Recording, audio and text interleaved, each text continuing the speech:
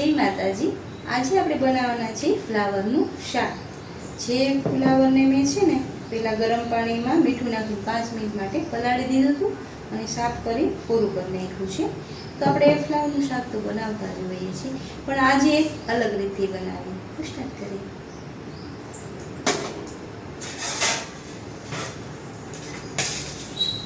હવે આપણે ફ્લાવરનું થોડું છીણી લઈશું આ રીતે। પ્રોસેસર હોય ને તો એમાં પણ કરી શકાય। અત્યારે આપણે છીણી લઈએ છીએ। હવે ઝીણું ઝીણું છીણી લઈએ।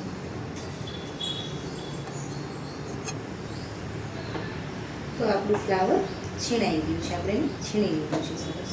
હવે આપણે એમાં મસાલા કરશું। આપણે છે ને ફ્લાવરમાં ચણાનો લોટ એડ કરી અને જે વડા ટાઈપનું કરીને, એટલે જાજુ વડા જેવું નહીં પણ ફ્લાવર જાજુ રહે ને લોટ ઓછો, જે બાઇન્ડિંગ માટે થાય એ રીતનું કરશું। એને તળશું આપણે। તો મીઠું મેળ દઈશું। બહુ મસાલા નથી આમાં કરવાના આપણે। હળદર, લાલ મરચું પાવડર, ધાણા જીરું અને ચપટી અજમો, કારણ કે આપણે ચણાનો લોટનો કરવાના છે એટલા માટે। હવે આપણે તેલ ગરમ કરી દઈશું।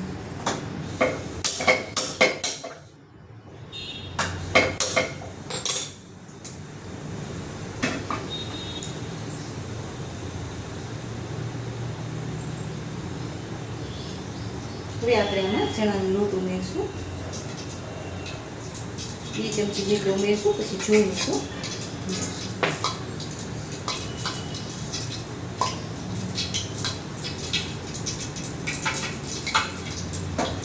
બધું મિક્સ કરી દઈશું એકદમ સરસ।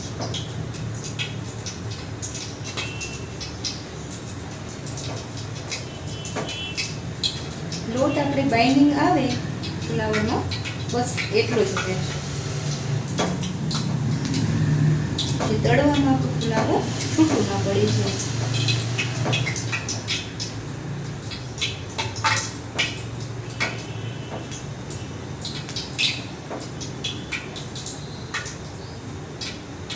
હજી આપણે થોડું ઉમેરશું।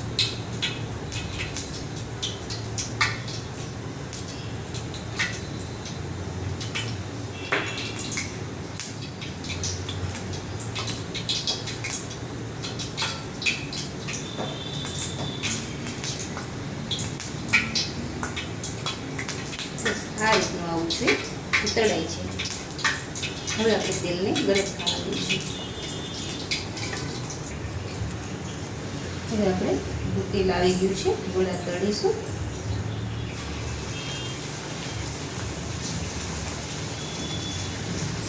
ગેસની ફ્લેમ મીડિયમ રાખશું।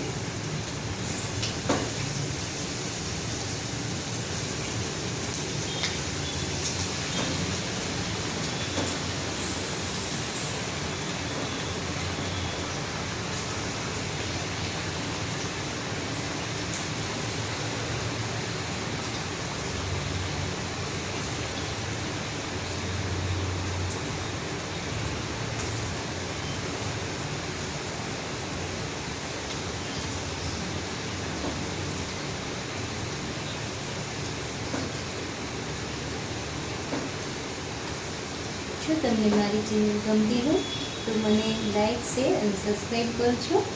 બેલ આઇકન દબાવવાનું ભૂલતા નહીં અને કમેન્ટ પણ કરજો। હવે આપણે ગોળાને નાખી દઈશું।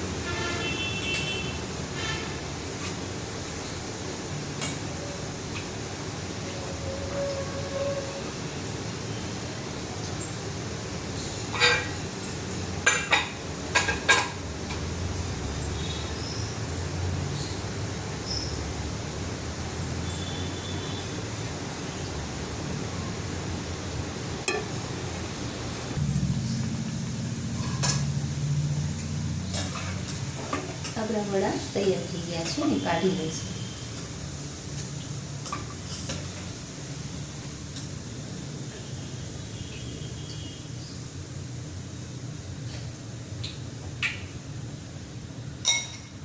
બીજી તરફ કરી દઈશું.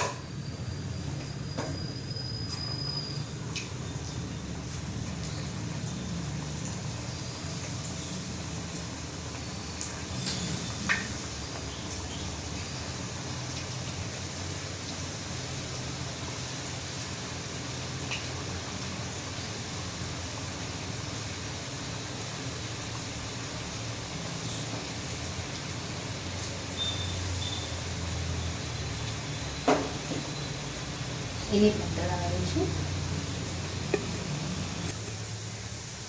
હવે આપણે જોઈ લઈશું. આપણા વડા તૈયાર થઈ ગયા છે. ગેસ બંધ કરી દઈશું અને વડાને બહાર કાઢી દઈશું.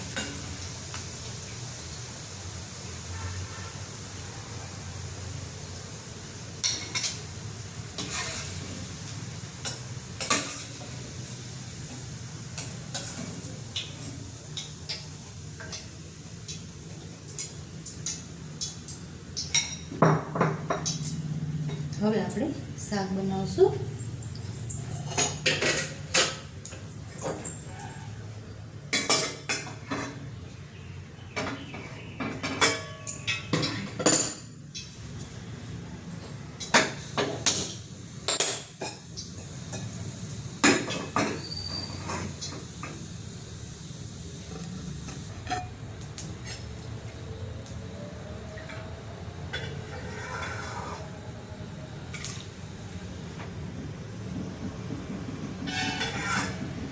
એક ચમચો ને થોડુંક લીધું છે. એક તીખું લાલ મરચું છે એના 2 ફડા કરી નાખીને ઉમેરશું. જીરું ઉમેરશું.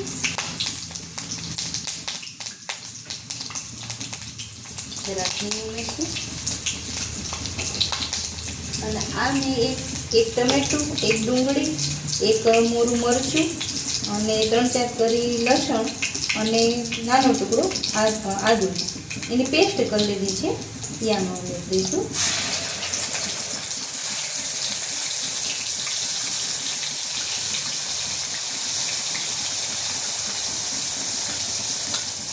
આપણે ફ્લાવરનું શાક વઘારીને બનાવતા જોઈએ છીએ, પણ એકવાર આ રીતના ટ્રાય કરજો. બહુ જ સરસ બને છે. અને કોઈ બીજા બહારથી મસાલા લેવાની જરૂર નથી. આપણા ઘરમાં જે મસાલા હોય એનાથી તૈયાર થઈ જશે. હવે ગ્રેવીને ચડવા દઈશું.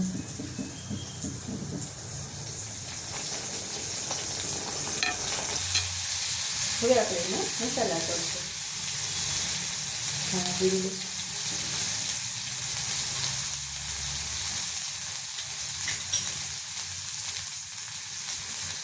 લાલ મરચું લઈશું.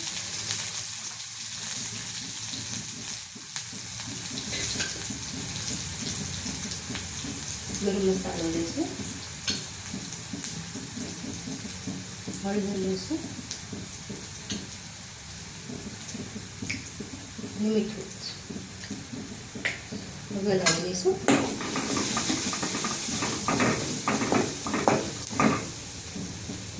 હવે આપણે એમાં પાણી ઉમેરીશું.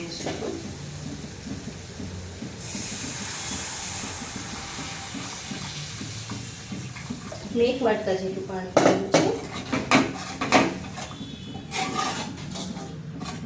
પાણીને ઉકળવા દઈશું, પછી આપણે વડા એમાં ઉમેરીશું. આપણું પાણી ઉકળી ગયું છે. હવે એમાં વડા ઉમેરી દઈશું.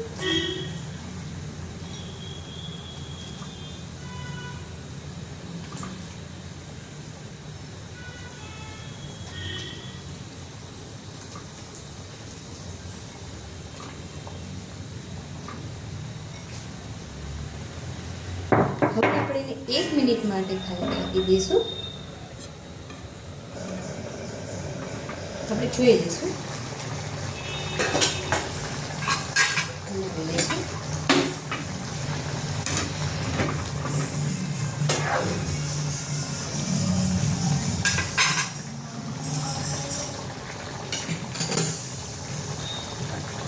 કોથમરી ઉમેરી દઈશું. તૈયાર છે આપણું શાક. ગેસ બંધ કરી દઈશું. હવે આપણે શાકને સર્વ કરશું. આ શાકને તમે ભાત, રોટલી, ભાખરી, પરાઠા સાથે ખાઈ શકો છો. તૈયાર છે આપણું ફ્લાવર વડીનું શાક. તૈયાર છે આપણું ફ્લાવર વડીનું શાક, જેને મેં છાશ, રોટલી અને સલાડ સાથે સર્વ કર્યું છે. જય માતાજી.